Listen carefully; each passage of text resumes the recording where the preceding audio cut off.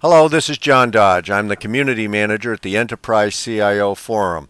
And my guest this morning is Joel Dobbs. He is President of the Compass Talent Management Group and a former CIO at Asahi North America. Asahi North America is the North American arm of the pharmaceutical giant Asahi in Japan. Good morning, Joel. Good morning. You wrote a post that carried the headline, "If you're at the table, be at the table." What did you mean by that? You know, for years, CIOs have attempted to get a seat at the executive table where the planning and the actual operation of the business happens. And what has happened is increasingly is people find themselves in that position. They need to be prepared for that. And there's three components to that. There's obviously being physically present. But secondly, there's being intellectually present. And by that, I mean being prepared for the meeting, having read the background material, understanding the background material, understanding it from both the business perspective and from what you as a CIO and your organization have to contribute to the success of that enterprise. And then the third component is being actively engaged in the discussion, being constructive in your comments, listening to what others are saying. So being present both physically, being prepared intellectually, and coming to the meeting prepared to be a constructive contributor.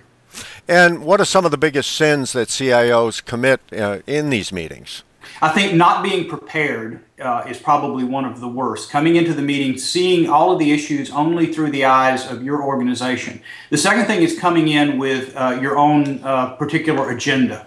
And that agenda usually manifests itself as seeing everything in terms of technology instead of understanding the broader role that you have as an officer of the company. And what happens is you very quickly lose credibility if you're not seen as a serious business person and a serious contributor. And the quickest way to lose credibility is to come in and basically be the technology guy. Are there CIOs who are just naturals at this and just hit the ground running in their first meeting, or does it come with experience and time and maturity and those sort of attributes? Yeah, I think it probably varies depending upon the individual. CIOs who came from backgrounds other than IT sometimes find themselves more naturally in that setting as opposed to someone who may have come up through the ranks. And that may be an important developmental objective for someone who is being groomed to be a CIO, is to help them learn to build and maintain executive relationships. That's extremely important. One of the things that I have learned and that I counsel people that I coach and mentor about is that the higher you climb in business, regardless of what role you're in, the more relationships become important. And building and maintaining those relationships is absolutely critical. And that's a critical first step to being a constructive, contributing member of that team.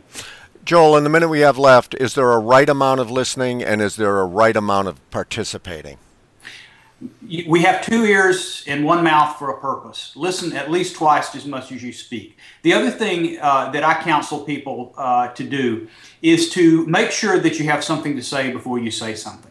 Too often people like to talk to hear themselves talk, and that's another quick way to lose credibility. So listen more than you speak and make sure you've got something constructive to say when you do open your mouth. Well, Joel, that's great. Thanks for the insight today. Thank you, John. This is John Dodge, Community Manager of the Enterprise CIO Forum, and we'll see you again.